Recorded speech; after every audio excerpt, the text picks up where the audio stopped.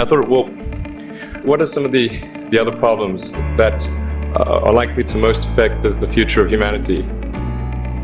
It really wasn't from the perspective of what's the rank-ordered best way to make money, which is okay, but it was really what I think is going to most affect the future of humanity. So I think the biggest terrestrial problem we've got is sustainable energy, but the production and consumption of energy in a sustainable manner. If we don't solve that this century, we're in deep trouble.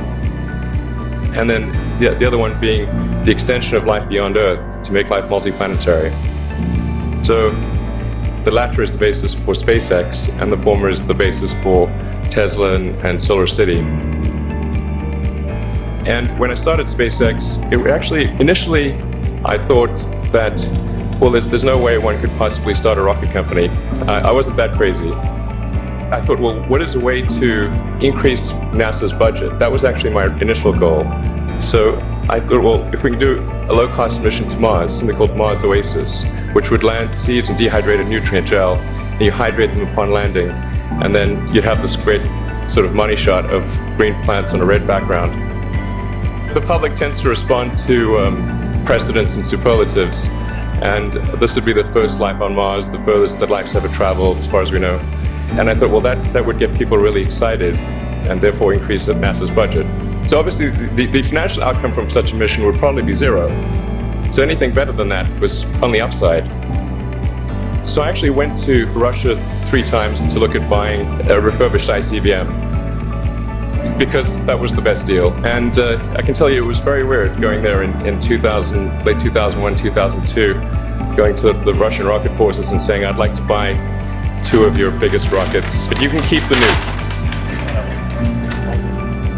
That's a lot more. They thought I was crazy, but I did have money, so that was okay. After making several trips to Russia, I came to the conclusion that actually my initial impression was wrong, because my initial thought was, well, that there's not enough will to explore and expand beyond Earth and have a Mars base and that kind of thing. But I came to the conclusion that that was wrong. In fact, there's plenty of will, particularly in the United States, because the United States is a nation of explorers, of people who came here from other parts of the world. I think the United States is really a distillation of the spirit of human exploration. But if people think it's impossible, or it's going to completely break the federal budget, then they're not going to do it. So after my 3rd trip, I said, okay, well, what we really need to do here is try to solve the space transport problem, and started SpaceX. And this was against the advice of pretty much everyone I talked to. One friend made me sit down and watch a bunch of videos of rockets blowing up. Let me tell you, he wasn't far wrong. It was tough going there in the beginning, because I'd never built anything physical. I mean, I'd built like little model rockets as a kid and that kind of thing, but I'd never had a company that built anything physical. So I'd kind of figure out how to do all these things and bring together the right team of people. And so we did all that and then failed 3 times. It was tough going. Because the thing about a rocket is the passing grade is 100%. And you don't get to actually test the rocket in the real environment that it's going to be in. So I think the best analogy for rocket engineering is like if you want to create a really complicated bit of software, you can't run the software as an integrated whole, and you can't run it on the computer it's intended to run on. But the first time you put it all together and run it on that computer, it must run with no bugs. That's basically the essence of it.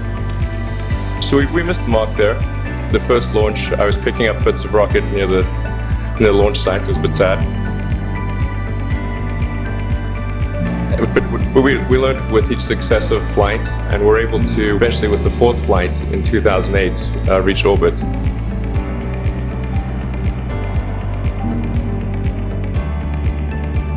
And that was also with the last bit of money that we had. So, thank goodness that happened. I think the saying is 4th time's the charm. So we got the Falcon 1 to orbit, and then began to scale that up to the Falcon 9, which is about an order of magnitude more thrust. It's around 1 million pounds of thrust. And we managed to get that to orbit, and then developed a Dragon spacecraft, which recently was able to dock and return to Earth from the space station. That was a white-knuckled event. It's a huge relief.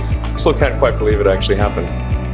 But there's a lot more that must happen beyond this in order for humanity to become a spacefaring civilization, ultimately a multi-planet species.